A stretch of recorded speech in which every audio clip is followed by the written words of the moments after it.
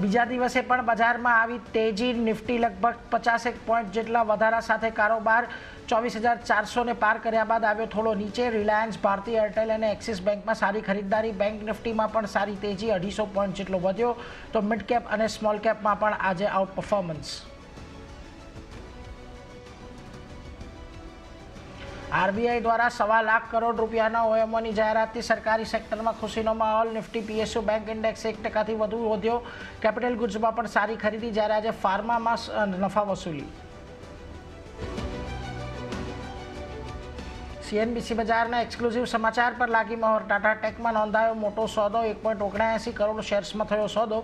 ટાટા ટેકની 5.5% ઇક્વિટીમાં થઈ ડીલ બાદ સ્ટોકમાં આવી 4%ની વેચવાલી। સારા પરિણામો પછી પીએનબી હાઉસિંગમાં 7%થી વધુ વધીને ફ્યુચર્સ ટોપ ગેનર, જ્યારે ઇન્ડસઇન્ડ બેંક 2% વધીને બન્યો નિફ્ટીનો ટોપ ગેનર। તો ફોકસમાં રહેશે એચએલમાં પણ લગભગ 2%ની મજબૂતી।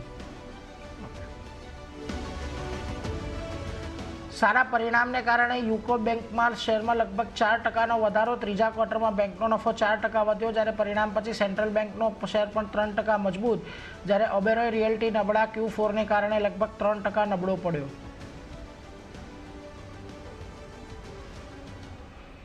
આજે આવશે બજાજ ફાઇનાન્સના પરિણામ। નફામાં 18%, તો વ્યાજથી આવક 23% વધવાનું અનુમાન। સાથે જ શેર સ્પ્લિટ પર રહેશે ફોકસ। તો બજાજ ફિનસર્વ, ટ્રેન્ટ, બીપીસીએલ, અંબુજા સિમેન્ટના પણ પરિણામ આવશે આજે।